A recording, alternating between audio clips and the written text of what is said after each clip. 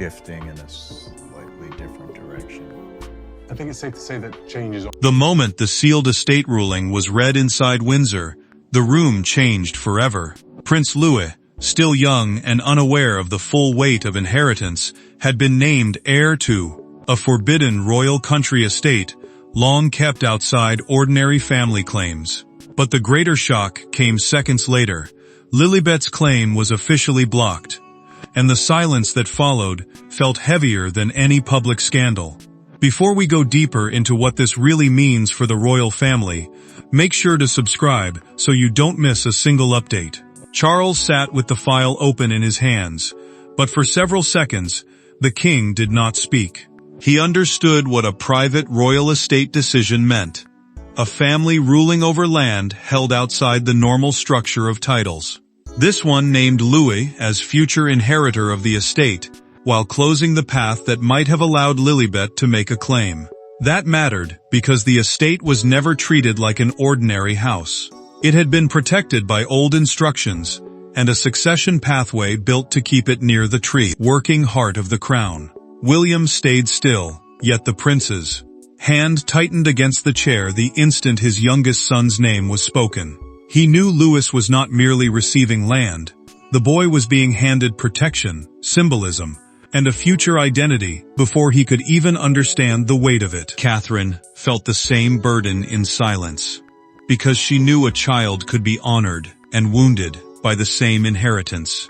Across the family divide, Harry's daughter was not present, yet Lilibet's absence seemed to fill the room. Her name had been blocked from the estate line, and everyone understood why that would cut deeply. The ruling carried one hidden condition that changed everything. Lilibet's claim had not been refused because of age, affection, or rank, but because the estate required royal residence, service, and proximity to the crown. Proximity to the crown meant daily closeness to royal duty, household life, and the private traditions that shape a child. Charles read the clause again, and the king's face tightened, as if the words reached beyond his reign and royal memory forever. A senior aide lifted a second envelope from the table, and the small movement turned the room colder. William noticed it. Catherine noticed it. Charles lowered the file as one unspoken name passed through every mind: the Queen. Her private instructions seemed to be guiding the decision from beyond the grave. But before the palace could understand why Louis had been chosen, it had to face the people whose lives were now split by one forbidden inheritance. At the heart of the storm were two children who had never asked to become symbols of loyalty: exile, bloodline, and belonging. Prince Louis and Lilibet were not arguing across palace corridors or fighting for power. Yet around them, adults were suddenly forced to confront what the monarchy values most: closeness to the crown, obedience to tradition, and the invisible cost of walking away. The decision had already cut through Windsor like a blade, but now its human cost began to show. Louis stood at the center of a future he could not yet understand, raised inside the working heart of the monarchy, surrounded by family duty, old expectations, and the coming reign of William and Catherine. His life had been shaped by proximity, by quiet lessons, by the daily rhythm of royal responsibility that begins long before a child knows its name. And that mattered, because the forbidden estate was never just land. It was a symbol of who remained close enough to carry the private weight of the crown. Catherine watched her youngest son playing quietly before the news fully reached him, and sadness settled over her with a force she could not ignore. The princess knew Louis had been protected by the ruling, but she also knew protection could become pressure. A child could inherit history before learning how heavy history feels. William understood that too, though the prince tried to hold himself steady. He knew the estate would one day mark Louis as trusted, chosen, and bound to Windsor in a way the world would never let him forget. Far away from that quiet family moment, Harry received the news in private and went still. The prince did not hear only the language of estate law. He heard judgment. He heard distance being turned into a verdict. Lilibet, royal by blood yet raised beyond palace life, had become the child of absence in a decision built around presence. That pain reached Harry in a place titles could not protect. His daughter had not fought for anything, yet her name had been placed on the losing side of a royal line drawn long before she could understand it. The estate's design now revealed its true purpose. It had never been meant to follow a simple inheritance path from one branch to another. It had been shaped as a reward for continuity, presence, and unquestioned loyalty. The wording around Lilibet's exclusion carried a chilling precision, as though someone had looked ahead, anticipated a future dispute, and written the conditions strong enough to survive this exact moment. Meghan felt that meaning instantly. To her, the blocked claim was not procedure. It was a message sent across the ocean, wrapped in royal language, and delivered through a child's name. And as the family began choosing sides, one buried incident from years before emerged as the spark that made this decision inevitable. The palace did not arrive at this decision overnight. Behind the sealed papers and careful language was one forgotten moment that changed the Minans and the state's future forever. It happened during a private Windsor garden ceremony, away from cameras, when Queen Elizabeth watched the younger generation gathered around her and quietly realized which children would grow up inside the rhythm of duty and which would remain beyond it. That memory did not fade. It waited. It settled beneath every polite conversation, every careful palace statement, and every attempt to make the family divide appear smaller than it was. On that day, Louis had been gently guided through the quiet rituals of royal life, not as a performance, but as part of something older than childhood. Catherine remembered how the Queen had watched him, with a stillness that felt almost painful. The monarch did not need grand speeches to reveal what she understood. She saw the difference between a child growing inside Windsor's daily discipline and children whose royal blood reached the palace from a distance. The ceremony had been meant to feel simple, almost tender, yet it became the point of no return. A private Windsor garden ceremony was a family gathering held away from public attention, where personal gestures carried more meaning than official announcements. That mattered because monarchy is not only built through crowns and titles, it is built through repetition, presence, and quiet training. Louis was there, close enough to absorb the old rhythm. Lilibet was not. Harry and Meghan's children remained beyond that living circle, and the absence spoke louder than any argument. Catherine later remembered the Queen, placing a hand near Louis' shoulder and speaking softly about roots. At the time, the words sounded gentle. Later, it became devastating. William remembered the Queen's expression even more clearly. She was not angry. She was not cold. She looked resolved, as if she had already accepted that one day love and duty would pull the bereaved family in opposite directions, and duty would win. After that ceremony, the Queen requested a private amendment to the estate instructions. An amendment is a change added to an existing document, and in this case, it quietly shaped who could inherit the forbidden property. The new condition did not name Lilibet directly. It did not need to. Its language about residence, continuity, and royal upbringing made the final outcome unavoidable. Charles discovered the truth much later, and it struck him with brutal force. The king realized the blocked claim was not born from one meeting, one quarrel, or one act of revenge. It had begun years earlier, in a moment of royal clarity. That buried memory now returned with force, and it drove the family toward the confrontation everyone had feared. The confrontation did not begin with shouting. It began with a door closing. Inside a private Windsor room, Charles, William, Harry, and Catherine faced one another without aides, without advisors, and without escape.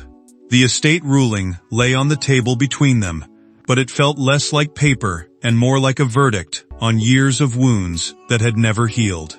Charles had called the meeting because Harry would not accept silence. The king knew his younger son had demanded one answer above all others.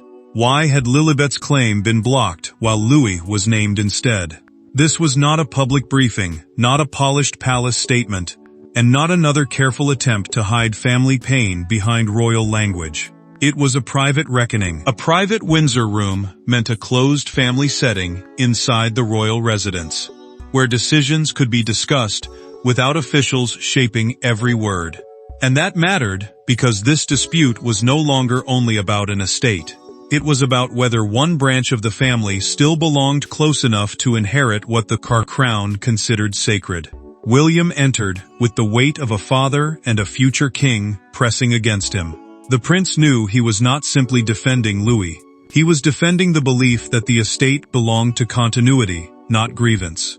Harry saw that restraint and mistook it for victory. Then the Duke pointed toward the document and asked whether his daughter was being punished for his departure. His voice stayed low, but anger trembled beneath every word. He did not need to shout to wound the room. The accusation itself did that. Catherine felt the blow before anyone answered. The princess looked at Harry with real pain, because she understood what it meant for a child's name to become a battlefield. She told him no child deserved to be used as proof of adult betrayal. Not Lilibet, not Louis. Yet Catherine refused to apologize for her youngest son being protected by a decision older than the argument now unfolding. That refusal changed the temperature of the room. Harry wanted sympathy.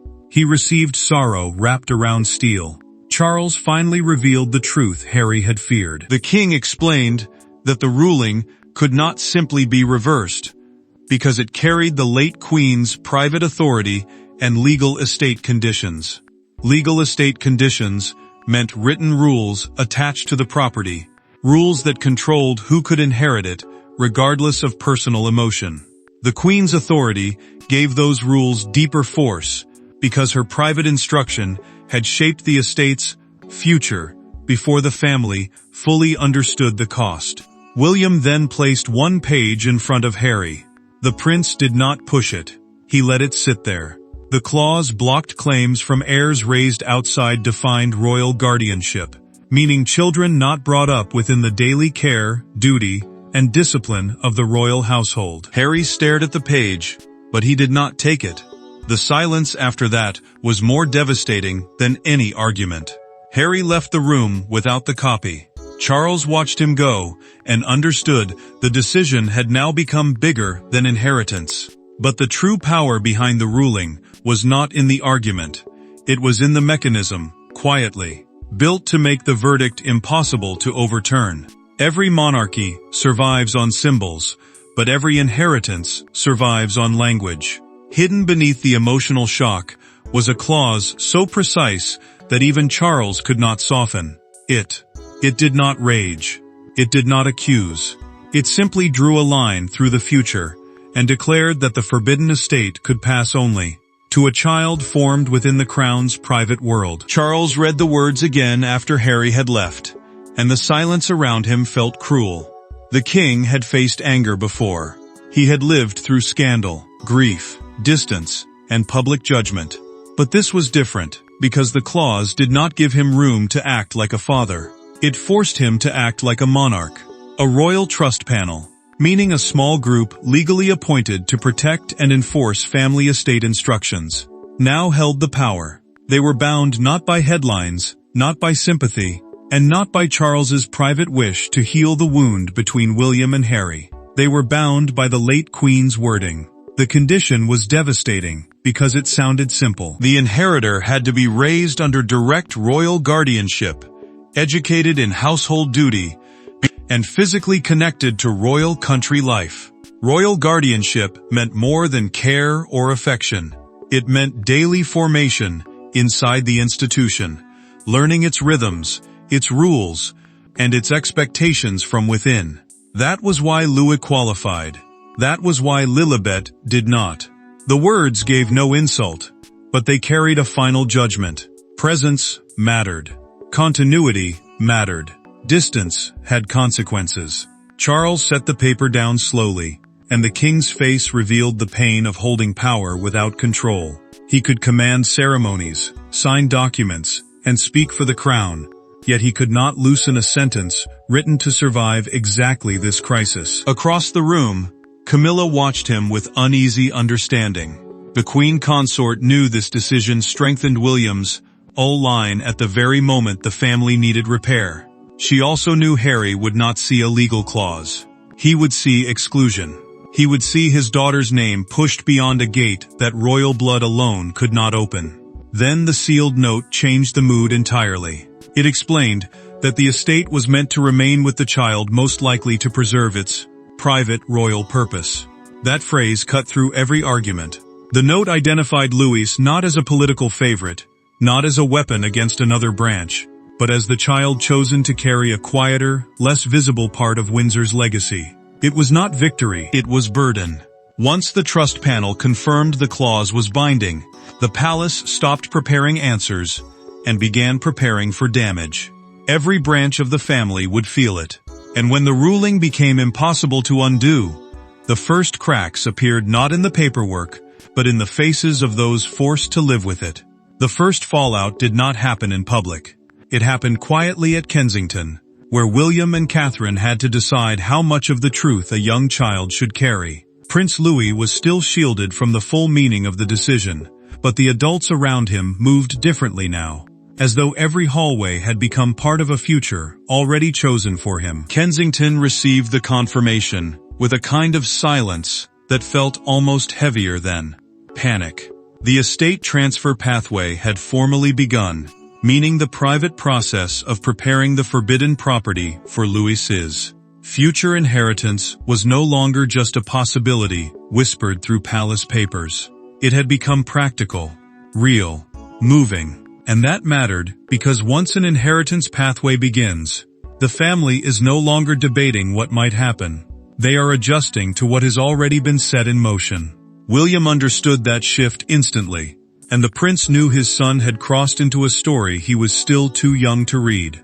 Catherine carried the emotional weight differently. The princess found Louis in a quiet moment before the full meaning of the news could reach him, and she paused because motherhood suddenly felt caught between pride and fear. Her youngest son had inherited something beautiful, something protected, something wrapped in the late queen's memory. But he had also inherited attention, comparison, and a burden that could one day make him feel chosen against another child. That thought hurt her, not because Louis had been named, but because Lilibet had been blocked in the same breath. William chose his words carefully when he spoke to Catherine. The prince told her that Louis must never be made to feel as though he had won something from Lilibet. He must only understand, when the time came, that he had been trusted with something old and fragile. That distinction mattered, because the palace was already shaping its language.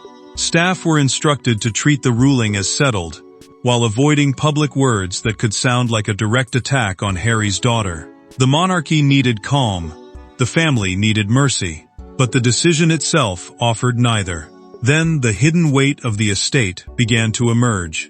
A discreet security review started around the forbidden property, not for ceremony, but for protection. The review revealed private archives, family objects, and guarded material never meant for wider circulation. Archives meant stored records, letters, and personal files preserved for family history rather than public display. Their presence explained why the estate's future had been defended so fiercely. It was not merely a country house. It was a locked chamber of royal memory. Catherine understood then why the late queen had guarded the estate with such precision.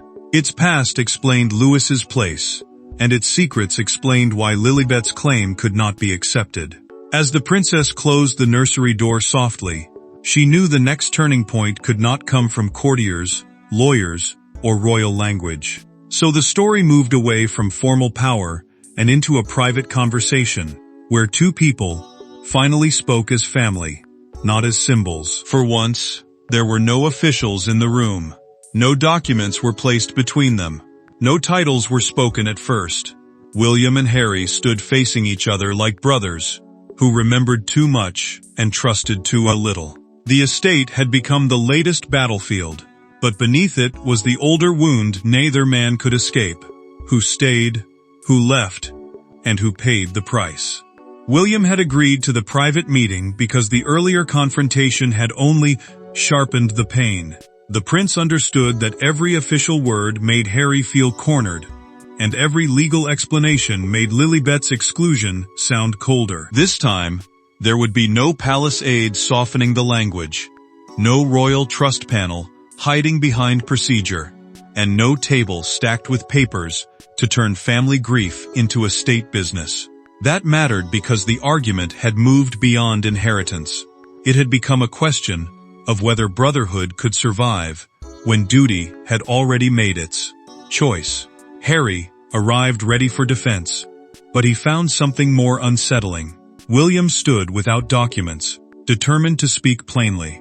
The Duke expected the future king to protect the ruling with careful phrases, yet the prince began with the one truth both men had avoided. Louis had not won because Lilibet had lost. Louis had inherited because the forbidden estate was tied to a life Harry had chosen to leave.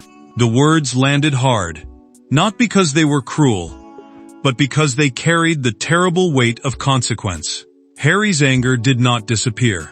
It changed shape. The Duke admitted that every blocked door now felt like a judgment on his children, as though Lilibet and Archie were being asked to pay for choices they never made. That confession stripped the room of royal language. For a moment, Harry was not fighting a clause. He was grieving the fear that distance had turned into rejection. William heard it, and the prince did not interrupt, because he knew the pain was real, even if the ruling would not move. Then William revealed what Harry had not known. The prince had privately asked whether Lilibet could receive a symbolic recognition separate from the estate, something gentle enough to honor her without disturbing the inheritance. Symbolic recognition meant an honorary gesture, not a legal claim. But the trust panel refused, warning that even a small exception could blur the late queen's intention and reopen the dispute forever. Harry finally understood the hardest part. William had not invented the decision, but once the prince understood the queen's purpose, he had chosen not to fight it. That truth hurt more deeply than blame. The brothers left without reconciliation, but without shouting, and that restraint became the first sign that the monarchy had chosen finality over chaos. Once the family stopped fighting behind closed doors, the world outside began turning the private verdict into a public reckoning. By morning, the forbidden estate was no longer a private family matter. It had become a national symbol. Britain woke to headlines about Louis, Lilibet, duty, exile, and the invisible line between royal blood and royal belonging. The palace tried to control the language, but one front page captured the entire emotional earthquake before any official statement could soften it. The story moved with ruthless speed. Newspapers seized on the decision. Broadcasters framed it as a clash between birthright and duty, and royal commentators turned every word of the ruling into a test of modern monarchy. This mattered because the estate was no longer being discussed as a private inheritance. It had become a mirror held up to the royal family, showing a painful question the palace had tried to avoid. Does blood alone make someone close to the crown, or does closeness demand a life lived inside its rules? The answer, once hidden in legal language, was now being debated across the country. Palace communications moved quickly, but even careful words could not soften the blow. Communications meant the official team responsible for shaping how royal decisions are explained to the public, and this team prepared a restrained statement built around continuity, private estate law, and respect for all children involved. Yet the more they tried to calm the storm, the more the public sensed the deeper wound. Louis had been named. Lilibet had been blocked. No polished phrase could erase that contrast. Charles watched the morning coverage in silence, and the king looked wounded by what the story had become. He had feared anger from Harry. He had expected pressure from commentators. But seeing his grandchildren's names placed against each other on screen felt harsher than any private confrontation. The monarch understood that a decision meant to protect an estate had exposed a family fracture to the world, and once the public had a symbol, it would not let go easily. Catherine felt that danger with a mother's instinct. The princess heard one broadcaster call Louis the chosen child, and the phrase struck her like a warning. She feared those words would follow him for years, turning a quiet inheritance into a public label. William understood her fear, because the prince knew royal children do not simply grow up with names. They grow up with meanings attached to them by strangers. Then came the front page that changed the tone entirely. One major newspaper showed Windsor's gates beneath the headline, "The line is drawn," with Louis and Lilibet named below it. Outside Buckingham Palace, a small crowd gathered, some defending the Queen's old wishes, others asking why a child overseas had been shut out. As the public argument reached its peak, the palace prepared a final private acknowledgement that would define what the decision truly meant. But beyond the headlines and outrage, the final meaning of the inheritance could only be measured inside the family. It had changed forever. In the end, the forbidden estate did more than pass to Prince Louis. It revealed the monarchy's hardest truth. Blood opens the door, but duty decides who is trusted to remain inside. Lilibet's blocked claim was painful, but the verdict was final. The crown had chosen continuity over sentiment, nearness over distance, and legacy over unresolved family longing. Charles signed the final acknowledgement with visible sorrow, and the pen felt heavier than any speech he had ever delivered. The king knew Louis' inheritance now stood beyond argument, while Lilibet's claim remained blocked with no hidden path back. A final acknowledgement meant the palace's closing confirmation that the estate decision was complete, settled, and no longer open to private challenge. That mattered because the monarchy could not keep living inside uncertainty. It had to choose order, even when order deepened pain. It had to protect continuity, even when continuity wounded the family it was meant to hold together. Catherine watched Louis from a doorway and felt the strange heartbreak of seeing a child, protected by history. The princess did not see triumph in what had happened. She saw responsibility. Louis would one day inherit a protected family trust, meaning property guarded for a specific, royal purpose rather than passed around like an ordinary prize. That purpose was tied to service, presence, and the late Queen's private intention. Catherine understood why Lilibet's name had been left outside the line, but understanding did not make the outcome gentle. A child overseas had been blocked. A child inside Windsor had been chosen. Both truths carried sorrow. William understood the same burden with painful clarity. The prince knew the inheritance strengthened his family's role and secured a quieter part of Windsor's future. But he also knew every royal privilege arrives with a shadow. Louis had not been handed freedom. He had been handed expectation. William could protect his son from cruelty, but he could not protect him from meaning. And that meaning would follow Louis long after the headlines faded. Then the final sealed note from Queen Elizabeth was placed into the estate archive. An estate archive meant the protected collection of private records, letters, and instructions kept to preserve the property's history. The Queen's note confirmed what the family had slowly come to accept. The decision had been designed to preserve the spirit of the estate, not punish Lilibet. The monarch had not written with anger. She had written with final purpose. Charles understood the verdict at last. William accepted it. Catherine carried it with quiet tenderness. Louis inherited because the monarchy chose the child rooted inside its daily life, while Lilibet's blocked claim became the price of a family divided by distance, duty, and irreversible choices. There is no further door to open, no hidden appeal waiting in the shadows, only the quiet finality of a royal decision that confirmed where the future of Windsor now belongs. Thanks for watching. Please don't forget to like and subscribe, and we will see you in next one.